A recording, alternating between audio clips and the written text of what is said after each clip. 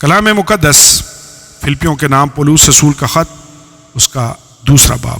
مسیح کی حلیمی اور عظمت۔ پس اگر کچھ تسلی مسیح میں اور محبت کی دل جمعی اور روح کی شراکت اور رحم دلی و دردمندی ہے، تو میری یہ خوشی پوری کرو، یک دل رہو، یکساں محبت رکھو، ایک جان ہو، ایک ہی خیال رکھو، تفرقے اور بے جا فخر کے باعث کچھ نہ کرو، بلکہ فروتنی سے ایک دوسرے کو اپنے سے بہتر سمجھے۔ ہر ایک اپنے ہی احوال پر نہیں، بلکہ ہر ایک دوسروں کے احوال پر بھی نظر رکھے۔ ویسا ہی مزاج رکھو جیسا مسیح یسوع کا بھی تھا۔ اس نے اگرچہ خدا کی صورت پر تھا، خدا کے برابر ہونے کو قبضہ میں رکھنے کی چیز نہ سمجھا، بلکہ اپنے آپ کو خالی کر دیا اور خادم کی صورت اختیار کی، اور انسانوں کے مشابہ ہو گیا، اور انسانی شکل میں ظاہر ہو کر اپنے آپ کو پست کر دیا، اور یہاں تک فرما بردار رہا کہ موت، بلکہ صلیبی موت گوارا کی۔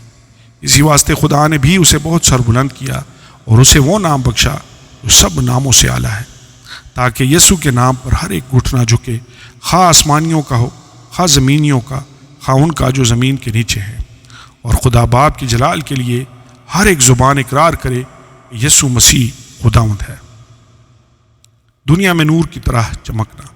بس اے میرے عزیزو، جس طرح تم ہمیشہ سے فرما برداری کرتے آئے ہو،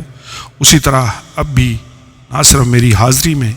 بلکہ اس سے بہت زیادہ میری غیر حاضری میں ڈرتے اور کامتے ہوئے اپنی نجات کا کام کیے جاؤ، کیونکہ جو تم میں نیت اور عمل دونوں کو اپنے نیک ارادہ کو انجام دینے کے لیے پیدا کرتا ہے، وہ خدا ہے۔ سب کام شکایت اور تکرار بغیر کیا کرو،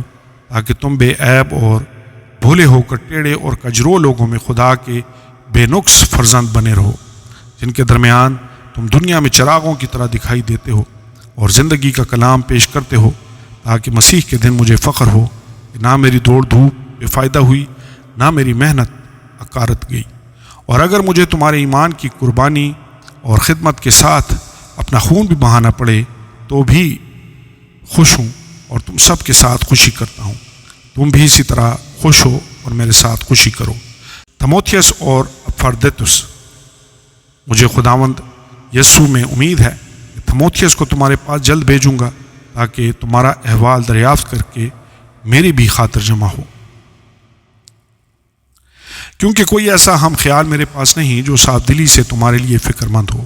سب اپنی اپنی باتوں کی فکر میں ہیں، نہ کہ یسوع مسیح کی، لیکن تم اس کی پختگی سے واقف ہو کہ جیسے بیٹا باپ کی خدمت کرتا ہے، ویسے ہی اس نے میرے ساتھ خوشخبری پھیلانے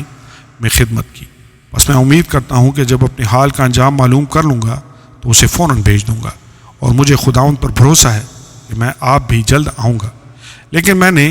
افرودیتس کو تمہارے پاس بھیجنا ضرور سمجھا، وہ میرا بھائی اور ہم خدمت اور ہم سپاہ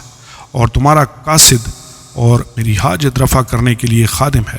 کیونکہ وہ تم سب کا بہت مشتاق تھا اور اس واسطے بے قرار رہتا تھا کہ تم نے اس کی بیماری کا حال سنا تھا۔ بے شک وہ بیماری سے مرنے کو تھا، مگر خدا نے اس پر رحم کیا، اور فقط